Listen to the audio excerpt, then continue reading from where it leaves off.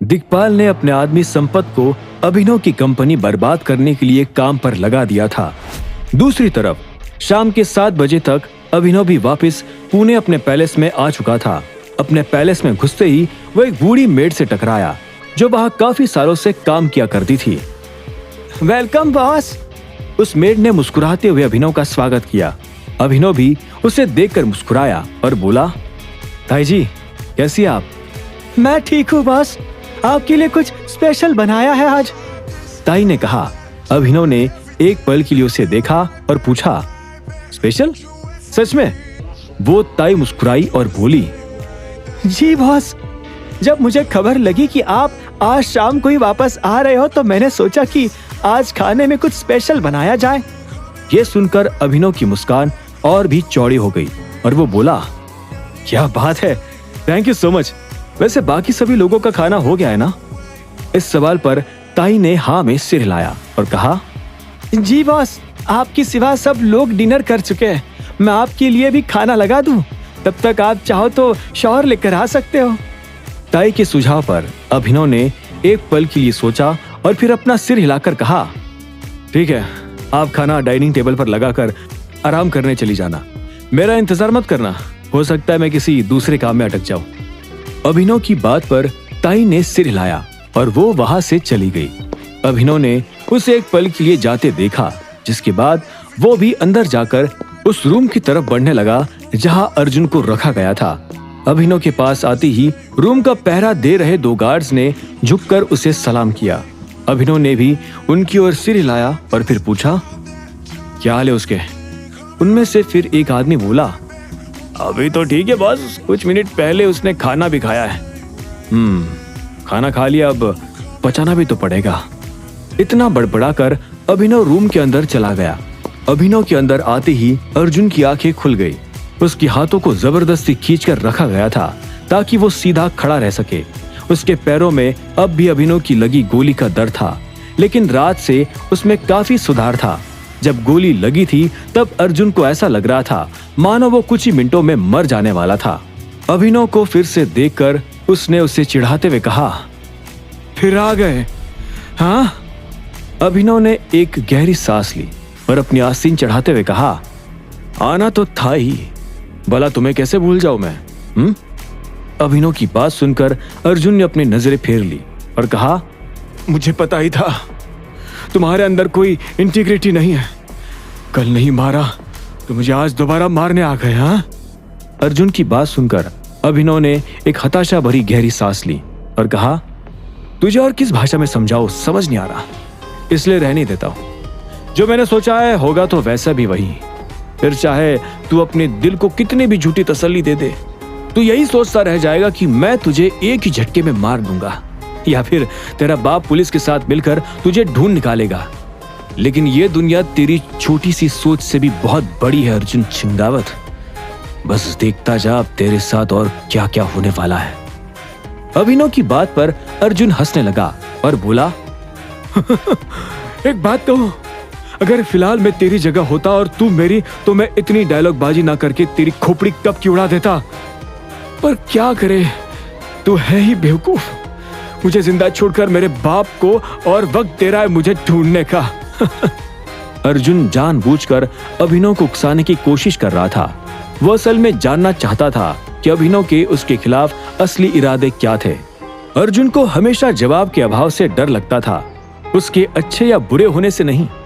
एक बार को कोई इन्फॉर्मेशन होने पर वो कुछ कर सकता था, लेकिन चूंकि फिलहाल उसके पास कोई जानकारी थी ही नहीं, इसलिए वो बेचैन हुआ जा रहा था।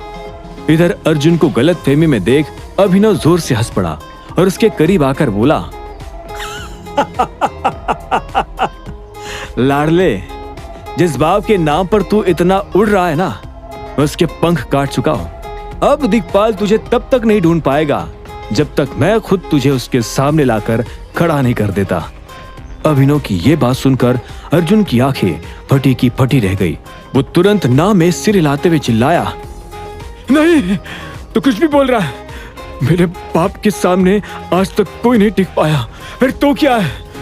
देखना, वो मुझे ढूंढ लेगा और तुझे खत्म कर डालेगा। अभिनव उसकी नादानी पर फिर से मुस्कुराया और अर्जुन के सिर पर बंदूक रखते हुए बोला, अगर ऐसी बात है तो फिर क्यों ना तुझे इसी वक्त मार दिया जाए। पता कहाँ गोली खाना पसंद करेगा?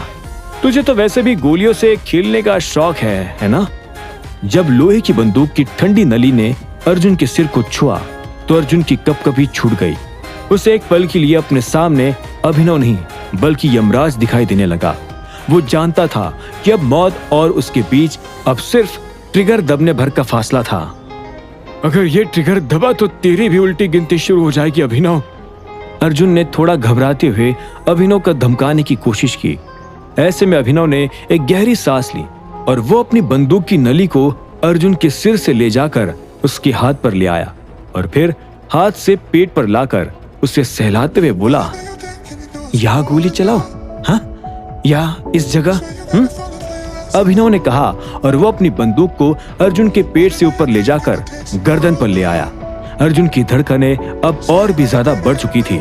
उसे एहसास हो गया था कि अभिनव किसी भी वक्त उसे मार सकता था। कहीं मैंने इसे ज्यादा तो नहीं ललकार दिया, अर्जुन ने अपने आप से कहा। अभिनव की बंदूक उसके लिए मानो एक सांप थी जो उसके शरीर को सूंघ चुकी थी। उसके डर से अर्जुन एक उंगली भी हिलने की हिम्मत नहीं कर पा रहा था। ऐसे में उसने एक गहरी सांस ली और कहा, देखो अभिनव, तुम मुझे मारोगे तो पापा तुम्हारे पीछे पड़ जाएंगे। इससे बेहतर ये होगा कि तुम मुझे छोड़ दो और मैं जाकर पापा से बात करता हूँ कि वो भी तुम पर कोई हमला ना करे। मुझे नहीं लगता बेवजह झगड़ा करने का कोई मतलब है। अर्जुन की बात सुनकर अभिनव एक पल के लिए हैरान हुआ और फिर हंसकर बोला, गिड़गिड़ाने और अपनी जान की भीख मांगने का तुम्हारा यह तरीका काफी पेचीदा है। मैंने सपने में भी नहीं सोचा था कि अर्जुन चिंगावत जैसा आदमी इतनी समझदारी भरी बात करेगा। अभिनव का ताना सुनकर अर्जुन ने एक गुस्से भरी गहरी सांस ली, लेकिन जवाब में कुछ बोला नहीं। वो अभिनव के सामने ये प्रस्ताव तो नहीं रखना चाहता था, लेकिन अपनी जान बचाने के लिए उसके मन में जो आया वो बोल बैठा। ऐसे में अभिनव ने अपनी बंदूक उसकी गर्दन में और अंदर घुसाई और कहा, मैं जानता हूं तेरी और तेरे बाप की नियत को। तुम अपनी बात खत्म करने से पहले उससे मुकर जाते हो, इसलिए तुम पर भरोसा करने का सवाल ही नहीं उठता। लेकिन जैसा मैंने पहले कहा, मैं तुम्हें अभी मारने नहीं वाला हूं। असल में बात यह कि गए दिन अनन्या का ऑपरेशन हुआ है। वैसे तो डॉक्टर ने कहा है कि उसकी आंखें ठीक हो जाने के अच्छे चांसेस हैं, लेकिन इसका मतलब ये नहीं कि वो खतरे से पूरी तरह बाहर है। बेचारी को इतना कुछ झेलना ही नहीं पड़ता। अगर उस दिन तुमने वो गोली नहीं चलाई होती तो। अभिनव की बात सुनते हुए अर्जुन उसे घूरता रहा और फिर तबाक से बोला, पर अब तो गोली चला दी ना, जो हो गया सो हो गया। मुझे मारने से तेरी बंदी की आंखें वापस आ जाएगी क्या?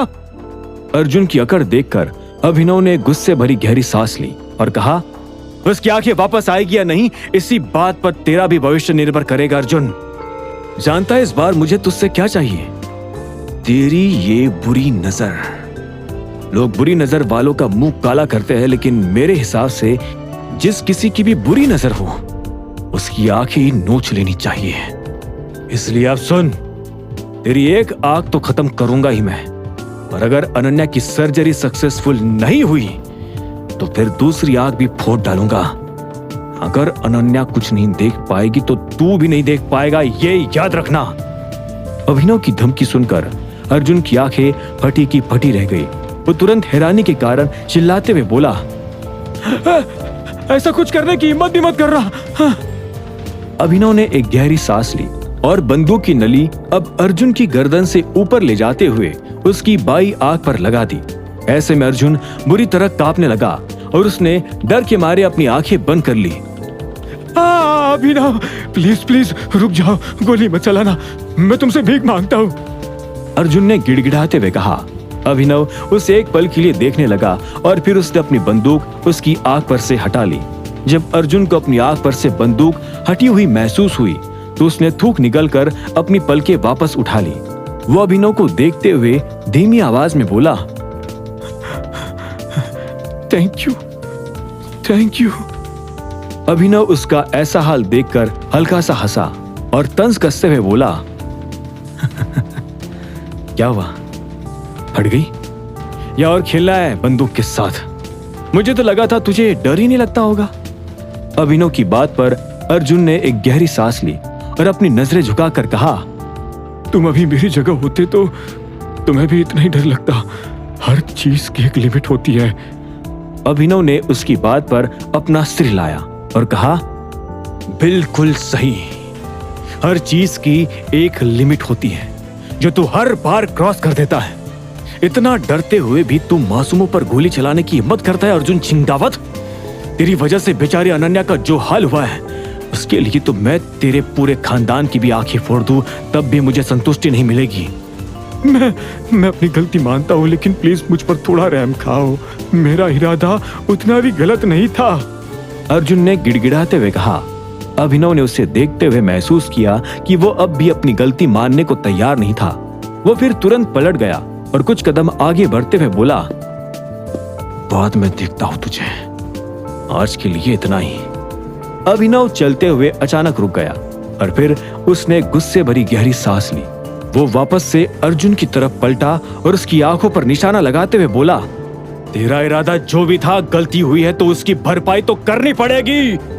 इससे पहले कि अर्जुन अपने जवाब में कुछ बोल पाता, अभिनव ने बंदूक का ट्रिगर दबा दिया और एक ही पल में अर्जुन की चीख पूरे रूम में गूंज उठी।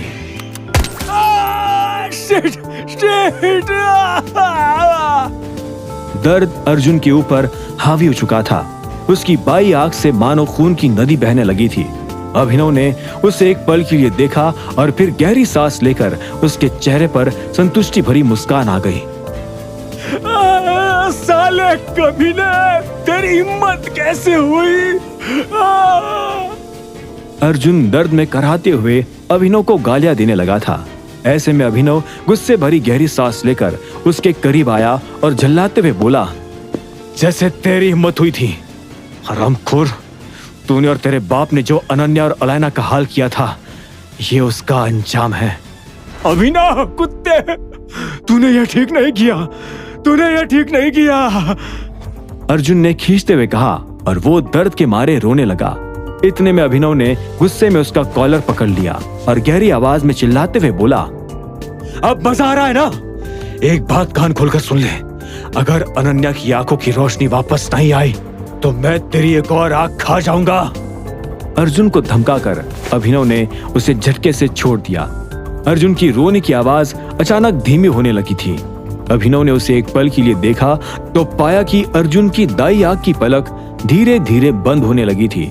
उसके चेन से बंधे हाथ लटक गए थे और शरीर नीचे की तरफ झुकने लगा था। अर्जुन की बाई आंख से खून अब और भी ज्यादा बहने लगा था। अभी अफसोस नहीं हो रहा था, उल्टा वो मन ही मन काफी खुश था, क्योंकि वो हमेशा से अर्जुन को ये एहसास दिलाना चाहता था कि असली दर्द किसे कहते हैं। अब आगे क्या होगा?